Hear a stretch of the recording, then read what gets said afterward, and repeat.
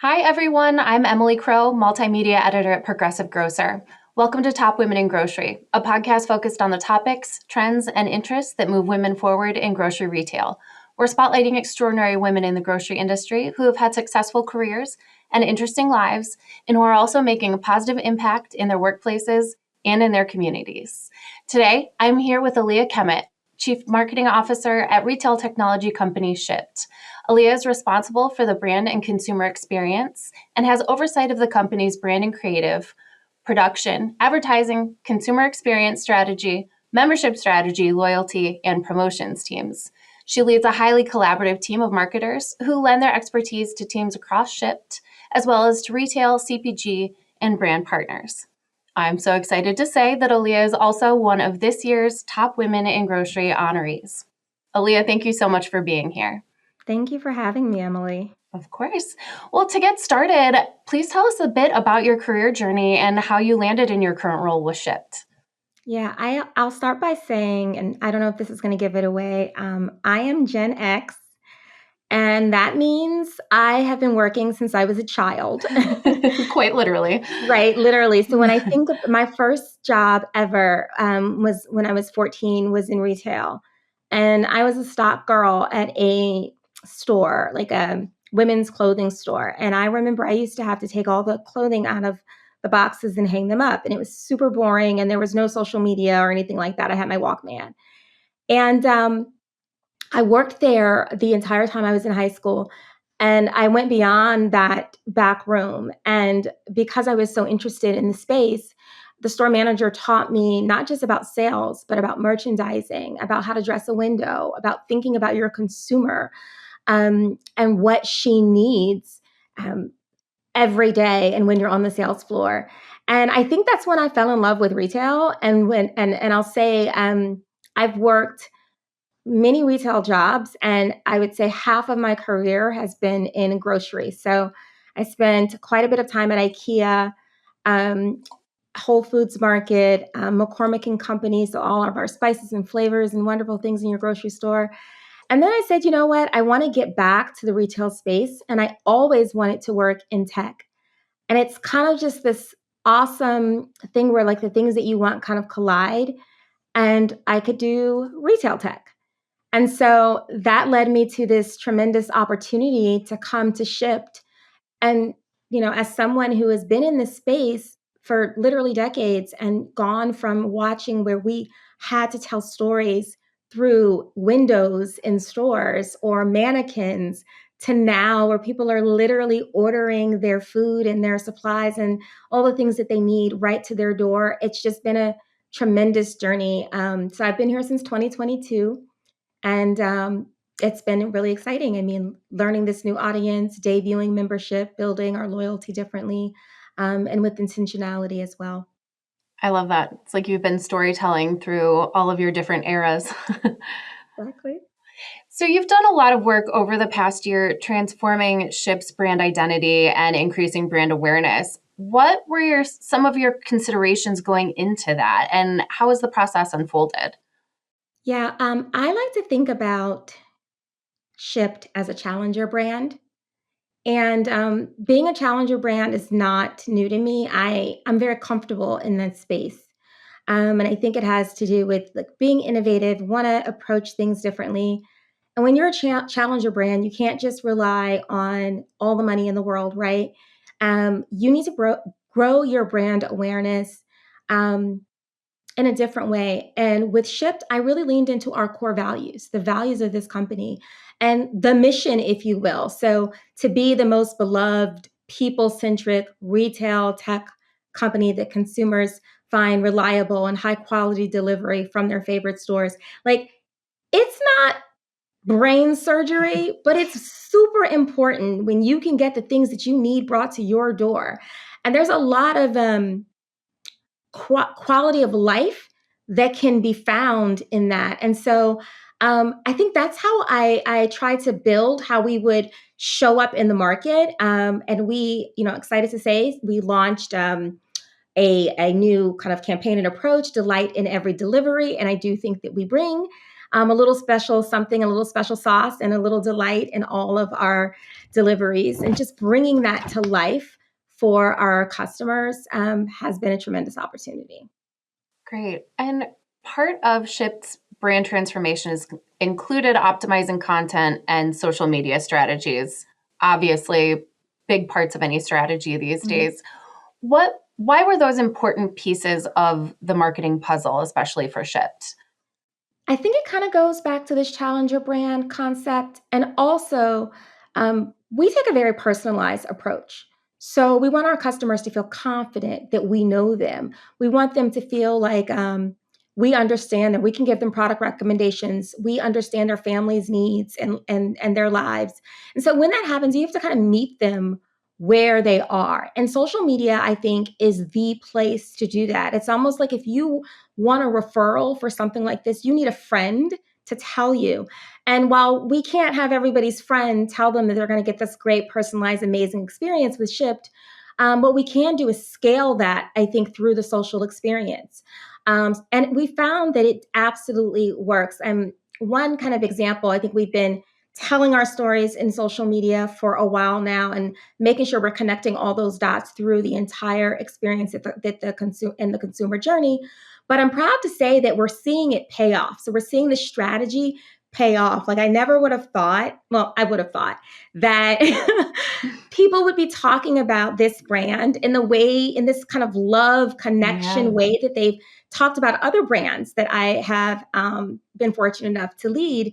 And this came to life. Actually, this year we had a really good example where there was a woman, and she was on TikTok, and she was, telling her story, and she was on vacation with her family, and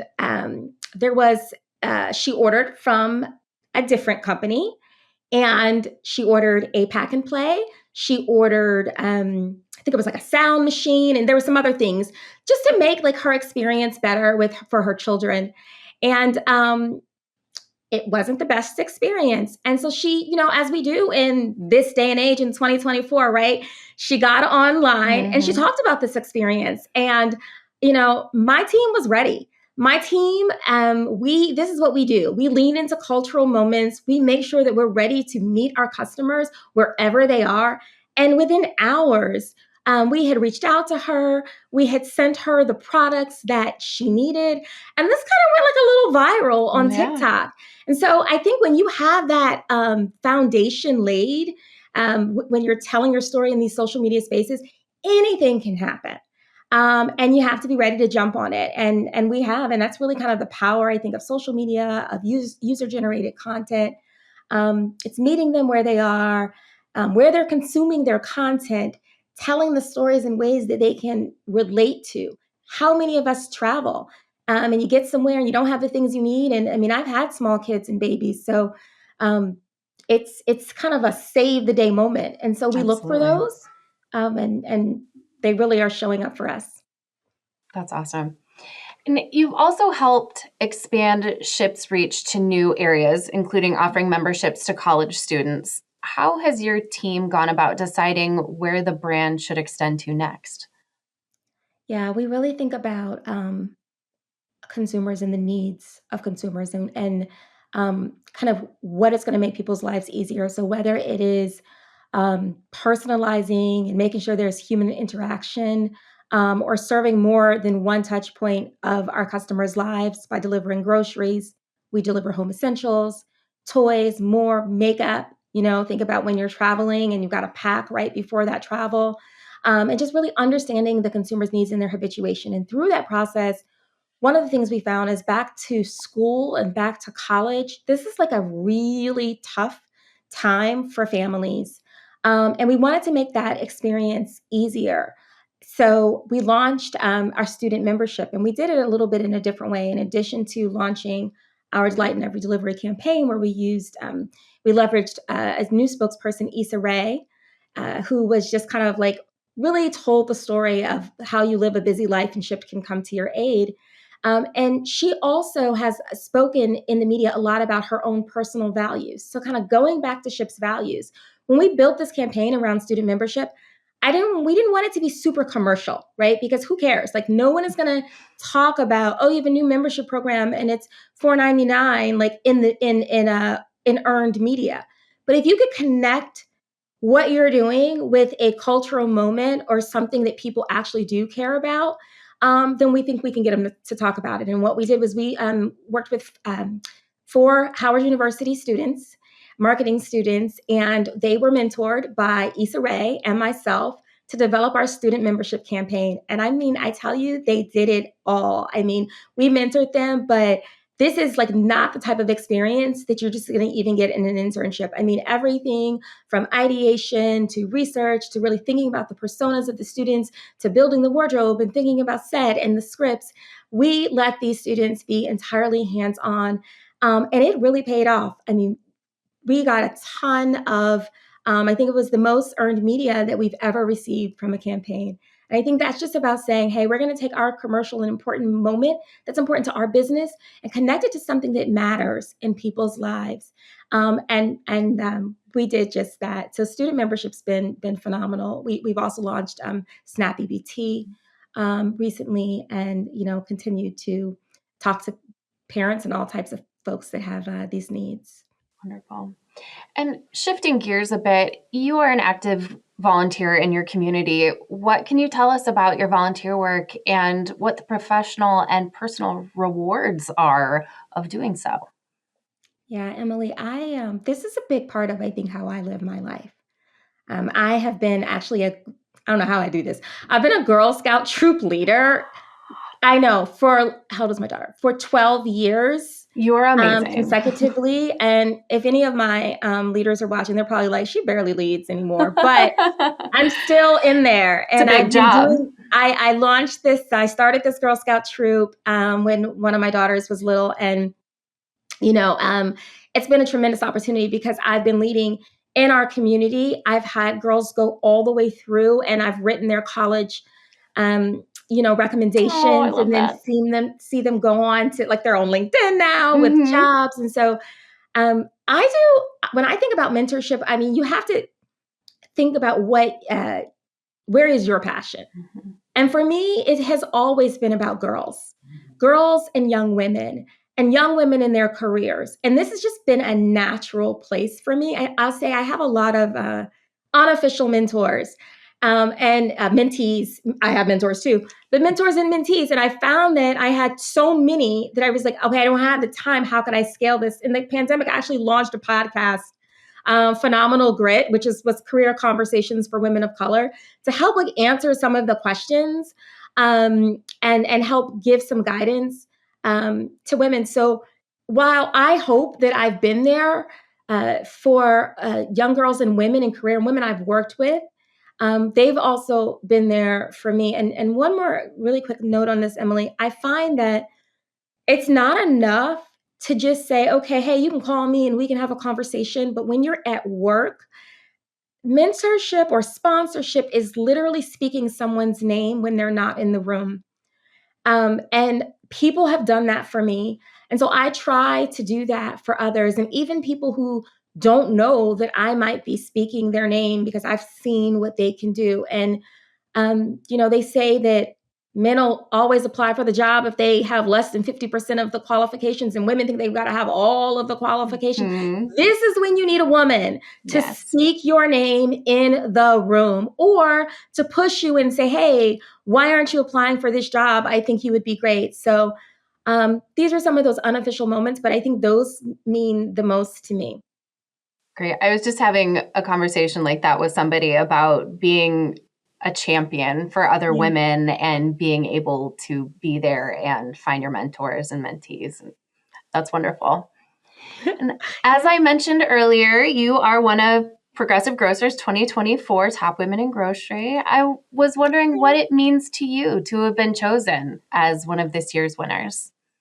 Yeah, I mean, it means a lot. Like I said, I've been in retail, like I'm talking decades, and half of that in the grocery industry. So to be recognized in this way, I hope it inspires other women. I hope it inspires other women who know me. And when I look back on my career, I look at the folks that who have influenced me, and I've hopefully influenced, and I want to see them surpass me. I kind of have a joke. I'm like, oh, I'm supporting you guys because when I'm really, really old, you're going to hire me. Like I'll be a consultant. Yep. But, but no, really, I hope that it shows them that, you too can achieve and can do these things, and they're inspired by it. So thank you so much for the honor. Amazing. Aaliyah, thank you so much for sharing your insights and for being here with us today. Thank you, Emily. For more information about the Top Women in Grocery podcast, please visit www.progressivegrocer.com/podcasts. You can also subscribe to this podcast wherever you typically listen, including on Apple, Google, and Spotify. Finally, do you have an idea for a Twig podcast topic? I'd love to hear from you. Send me an email at ecrow@ensembleiq.com. See you next time, and thanks so much for listening.